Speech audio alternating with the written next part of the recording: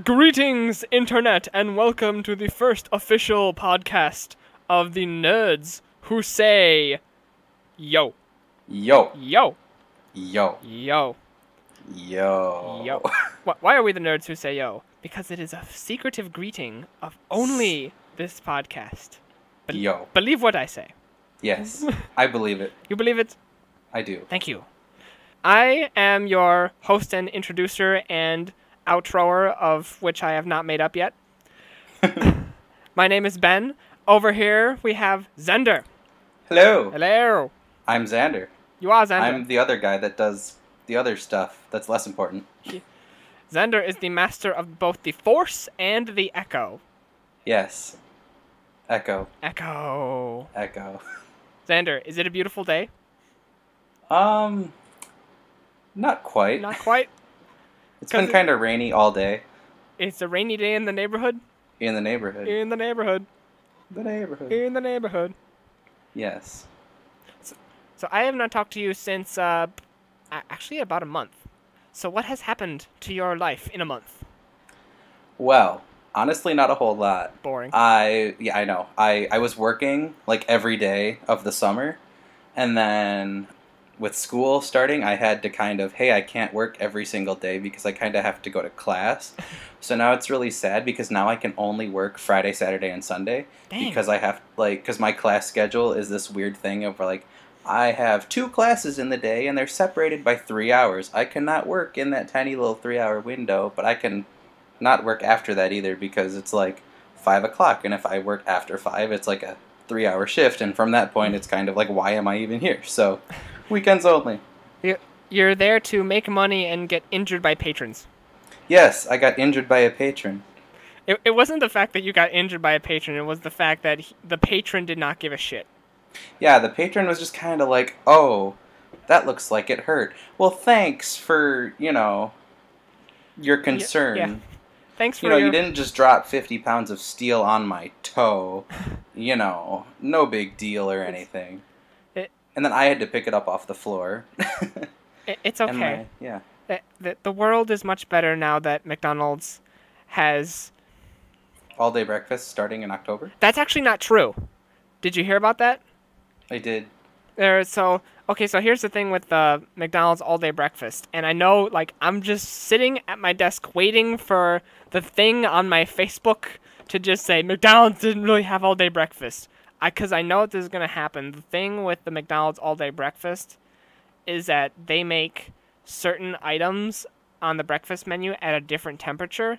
And so some of those certain, different breakfast items are going to have a different oven at a different temperature to make those items. But that's not all the items on the breakfast menu. So all-day breakfast does not mean all items of the breakfast menu. So some people are going to be really pissed about that, and they're going to be all false advertising up on McDonald's. Yeah, I was like, I just heard all-day breakfast, and I was like, oh, so I can get... And then this was how it went. I was like, oh, I can get pancakes whenever I want. And then my roommate was like, you can always... do that. Yeah, I know. I found that out after this. And I'm like, I could have done this the whole time, and I've been missing out this entire time. Yep. So, but yeah, because my roommate works at a McDonald's, and he was telling us about it.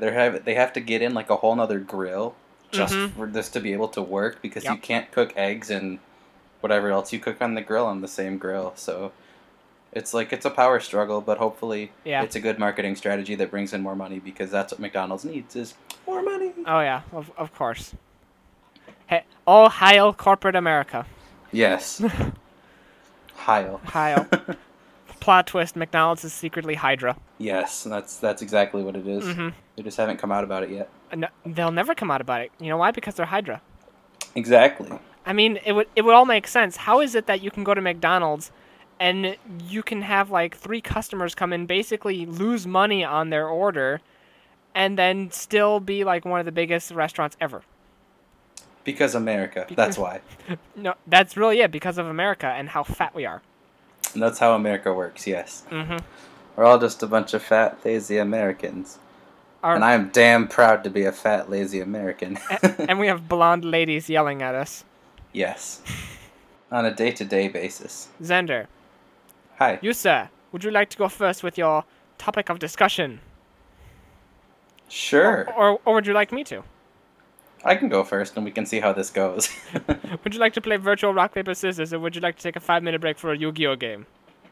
I like virtual rock, paper, scissors to see who goes first. This is going to be very difficult on Skype. Because they're not going to know what's going to happen. Like, ooh, the intensity is real. The intensity. All right. I need to see who goes first. I need to pull up my camera. Best 2 out of 3? But no, not best 2 out of... Fine, best 2 out of 3. Okay. All right, on shoot. On shoot. 1, 2, 3, shoot. Damn it, that was All the right, scissors. I picked rock. I win first round. That goes to me. 1, 2, 3, shoot. And that is a draw of both paper. 1, I hope we're not here all day. 2, 3, shoot. Yeah, we're gonna be here all day. both scissors. 1, 2, 3, shoot. Oh, you covered me. Okay, we're tied. And we are tied, ladies and gentlemen. 1-1, rock, paper, scissors. 1, 2, 3, shoot. Oh. I lose. You outsmarted me, sir. I did not think you would pick paper again, but I picked rock again. Yeah, because that one time we played rock, paper, scissors, you and I tied like 50 times before either of us won, so I'm actually surprised. My story for the day. A couple days ago, actually, on Labor Day. Oh. Yeah, so I woke up on Labor Day it was like 1 o'clock in the afternoon, which is weird because like I don't wake up at 1 in the afternoon. I do. I would like to more often, but because of class and work, my brain just automatically wakes up at 9 o'clock in the morning. I don't know why. So this one time I wake up at 1 o'clock to a phone call from my mother, like, hey, do you want us to come up to see you today, or would you like to come up to see us today? Because you should come with us, and we should go to Golden Corral. Now, I've never been to Golden Corral before. I've heard of Golden Corral, but I never really knew what it was, what they stood for, or anything like that. I've just seen the nice commercial where they've got the chocolate fountain, and I'm like, I've always wanted to go there. So, yeah, so we go to Golden Corral. I don't really know what to expect. I didn't know it was a buffet. I thought it was just like a restaurant, and they just happened to have a chocolate fountain that's like in the middle of the buffet or something. I don't really know how this works. I don't really know what it is either, so... Yeah. So I go there. I don't really know what to expect because I've been to buffets before. I've been let down before. And other times I'm like really impressed. My relationship with buffets is I've been let down before. Yep. So we drive. My mom drives an hour to come see me. And then the nearest Golden Corral from my mom's house is 45 minutes. But from here, it's an hour and a half. And it's like a completely different one. So we drive an hour and a half all the way to this Golden Corral that we've never been to before. Because my mom just went to the one that was 45 minutes away from her house. So she knows what it's like, but I don't.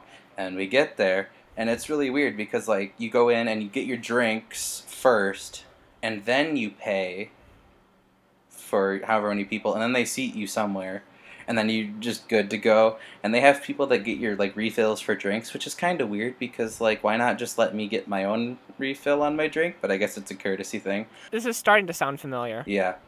So there's like lots of different food items. There's like this whole section that's like salad world, the house of salad over here, and you can pick like all of your toppings and then make it less and less of a salad by adding more and more ranch to it and croutons and things that make it, you know, less healthy. But hey, it's still a salad, so okay.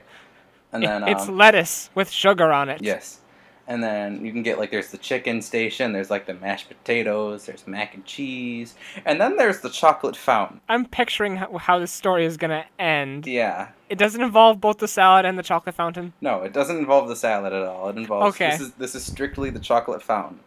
How the chocolate fountain works is the chocolate's pouring down, and there's a whole bunch of, like, foods. There's, like, marshmallows, there's little pieces of fudge, there's little Rice Krispie treats, and they're all on these little sticks.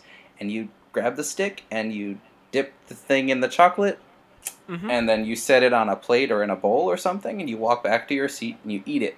Well, the first time I go up there, I, for some unknown reason, forgot about the whole grab a plate or something before I go up to the chocolate fountain. So I grab a Rice Krispie treat, dip it in the chocolate fountain, and then I don't have a plate or anything, and I kind of look at it and I go, oh, I didn't think about that one. So then I like put my hand out and I'm holding it above my hand while the chocolate's just seeping into my hand, trying to get my back to my seat. And then yeah, it was a bad time. And then after that, Just for context for people listening, Xander is a very large guy, so he's in public doing this with a Rice Krispie treat melting chocolate off of it. yeah, it was a lovely time. And then after that, like later on, this was like a few minutes later, I'm like, okay, I'm gonna grab a plate this time, and I'm gonna do it again. Now, this next part, I posted a Facebook status about it, and I think you liked it, but I could be wrong. So I go up there, and I'm like, ooh, this piece of fudge looks like it would be delicious dipped in chocolate because it's already a piece of solid chocolate. Let's just dip it in the chocolate fountain. Well, it wasn't on the chocolate skew thing very well. I go to dip it in the chocolate fountain, and I pull the stick out, and there's no more fudge on the stick. And it's gone. And I'm just like, I just dropped a piece of fudge in this chocolate fountain. Oh no! So, me, the fat guy, I lost my fudge in the chocolate fountain. And I put it on Facebook, and they were like, go in there and dig it out. And I'm like, heck no, I don't know what else is in there. And, yeah. So, Now, question about said chocolate fountain. Was this your very first life experience with a chocolate fountain? I want to say it was my second, because I feel like I was at, like, somebody's graduation party, and they had a chocolate fountain. But I don't, like, I feel like at the time I was kind of intimidated by, oh, this is, like, intimidating. I better stay away from this, because that's, like, that's scary over there. So I don't think I used it, so I want to say this is my first time in recent memory that I have used a chocolate fountain. Yes. What was that thought process? You, sir, you chocolate fountain, you're too good to be real. You go away. Yeah, that's, I don't know. It was just like, maybe, I don't know. I feel like there either wasn't a good selection of things to dip into the chocolate fountain. That's probably what it was. Because, like, you don't want to dip, like, you know, healthy foods into the chocolate fountain. You dip. That's what you do. Like, you that's gotta. Why they like, have, like... That's why they have, like, strawberries and stuff around the chocolate fountain. I've used chocolate fountains like 2 or 3 times, and most of them have been at like weddings. Mm-hmm. And the thing is, when everyone else is like dancing out on the floor, it's like me and 2 or 3 other guys will just be chilling around the chocolate fountain, just eating all the food. Yep. Oh, and before I dropped the fudge into the chocolate fountain, I was patiently waiting behind this kid who had a plate of like 8 strawberries. Okay. And none of them were on the little stick things. So one at a time, he lifts the strawberry, places it on the skew, dips it in the chocolate, twirls it around a little bit, sets it on his plate, grabs the next strawberry, grabs the next stick. And this happened 8 times, and I'm just standing there like, are you done? Nope, you still have 6 more strawberries. Okay, hold on. I'll just stand here. You don't really need a skew for strawberries. They have like the little leafy stems. Yeah, exactly. And, yeah, so I waited all that time just to drop my fudge into the chocolate fountain. And I was very sad, fat man, at that point. Can I say it? Like, the look on my face, what? Oh, fudge. Oh, God damn it. You just went there. I just went there. So, yes, that is my Golden Corral story. I discovered the wrong way to use a chocolate fountain. Would you use a chocolate fountain again? If there was less people watching, yes. because I know from other family members that they make not like excessively large chocolate fountains for large parties, but you can get a tiny chocolate fountain. Like for personal use, yeah. Like for personal use or for like a small family gathering. Yeah. Or if you're just addicted to the smell of the chocolate, then you can have that purpose too. I was really concerned too with the chocolate fountain because I'm like, okay, this is now stuck in the chocolate fountain. Is it going to force its way up the chocolate fountain? Or is there like a gate that's just like, you're not chocolate, get out of here? I'm just like, that's why I didn't want to dig in there and grab it back out. Because I'm like, what if there's like other mysterious food items that have been lost in the abyss that is the chocolate fountain? So I mean, I'm sure that the people who build these chocolate fountains take that into consideration of what if someone drops something down there, so they need to build it so like one little small food item doesn't clog it and then make the chocolate fountain explode. And then make all the fat people sad.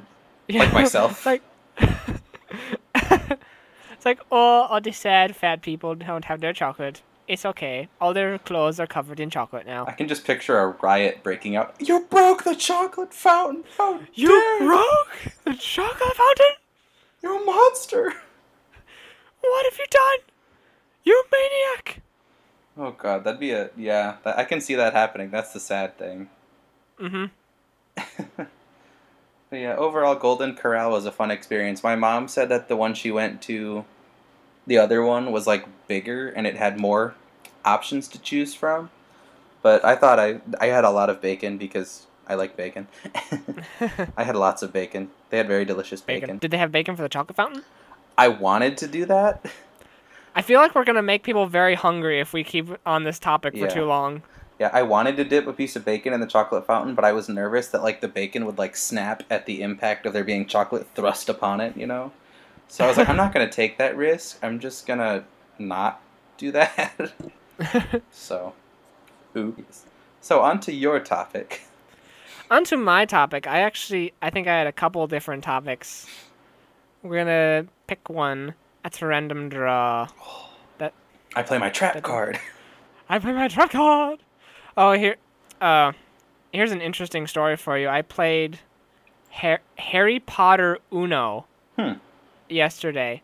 Yeah, this is like one of the things I still have like in the back of my closet, and it's like one of those themed Uno games. And we didn't just buy one pack of Harry Potter Uno. We bought like several packs of Harry Potter Uno, like 2 or 3.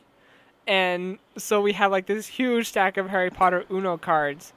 And the thing with one deck of Harry Potter Uno cards is that there's 2 cards that are one of a kind in the deck that do a special thing. And one of them is like a trap card in Yu-Gi-Oh! Oh god. It says it's like called the Cloak of Invisibility. If someone plays a wild draw 4 on you or a draw 3 or some kind of command card, then you can play the Cloak of Invisibility and it cancels that command effect. Oh, that's just cruel. Oh, that's not the only one too. The other one's way better. It's called the Howler. Ooh. And what it does is it's a wild card also. Mm-hmm. But the person that goes next, they have to reveal their entire hand, Oh. and that's their turn. Wow, okay. Oops. That's kind of a double whammy on you. It's like, hey, I made you draw 4, and now you have to show me what's in your hand, so I win. You don't have to draw Oh, okay. with the Howler. Well, I guess it's but not terrible then. You do have to reveal your hand. That's good. That would suck if you have like an Uno.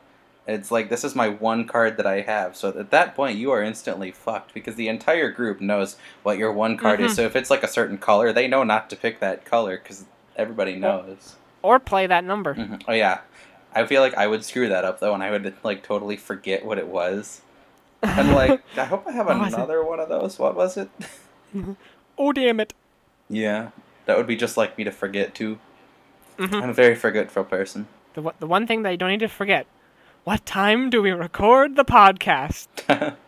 I almost did forget that, too, because you sent me the message the other day saying, first podcast is on Tuesday. I read it, and I was like, if I open this, I'm going to forget about it. So I left it on my screen for like 2 days, and I wanted to text you saying, hey, I got your message, but I'm not opening, for the sole purpose that I will forget otherwise. You know, there's this wonderful thing on smartphones called reminders, which let you remind yourself of important things like podcasting. Yeah, you know, I'll get to it. But we don't use those sort of things. Yeah, what's a smartphone? No. Oh, don't say that. Now you sound like my dad. Right. Well, what's this texting? What's this texting thing? He sent me a picture message. Ooh. I can watch my YouTube workout videos now in the family room. Oh, God. I've got my priorities figured out. I'm going to watch this. That's a wonderful story. It's like that, what's that, the Intel commercial with Sheldon, where he's like, you can turn this computer into, it's a PC and the fun of a tablet. She's like, I can do my spreadsheets? And he's like, I said, fun of a tablet. And she's like, I know. I love my spreadsheets. Like, okay. Like, I'm serious. I have spreadsheets for everything. I don't have anything on this back wall right now because I have it clean because I just finished writing Goat Simulator review. Ooh. I know. And you know where you can check that out at? On platinumtrophyreview.org. Dun da da da. Gotta throw that in there. Of course. This episode of the Nerds Who Say Yo, Yo. is brought to you by Platinum Trophy Review. Why is it brought to you by Platinum Trophy Review? Because it's my website. Yes. And you should check it out. Boy, that was just like the worst ad read ever, and it was my own website. It's your, like, you know, we're not advertising somebody else. I'm just advertising myself. I'm advertising myself. It's worth it. Okay. Anyway, I got like several things I can talk about. I wanted to find something positive to talk about other than, ooh, look at these Yu-Gi-Oh cards I just got. Right. I mean, that's a pretty positive. I mean, it is. Okay, let's talk about that. Yeah. I mean, I don't know if people give a shit. But hey, it's something. I mean, it's either that or let's talk about Donald Trump. Oh, yeah, no, let's not get that controversial on the first episode. I mean, it's the first episode. Let's not start talking about some racist jackass. Yeah, you know. We'll just leave it at that for this episode. For this episode. Next time, we talk about racist jackasses. Oh, there you go. Well, he's like the cullinator of racist jackasses. It's fine. It's quite well, okay, now we're on the damn topic. We're doing 2 topics today. We're doing like 4 topics. It's kind of weird because, like, you look at his speeches and it's like, wow, this guy's an idiot. There's no way that anyone's going to agree with him. And then there's like 10,000 people behind him, and then it's like, what? Why do I live in this world? Yeah, I don't know. He's leading, apparently, of all of the Republican nominations, he's supposedly leading all of them. And I'm like, there's that many people that support this guy? Like, what? Really? Like, what?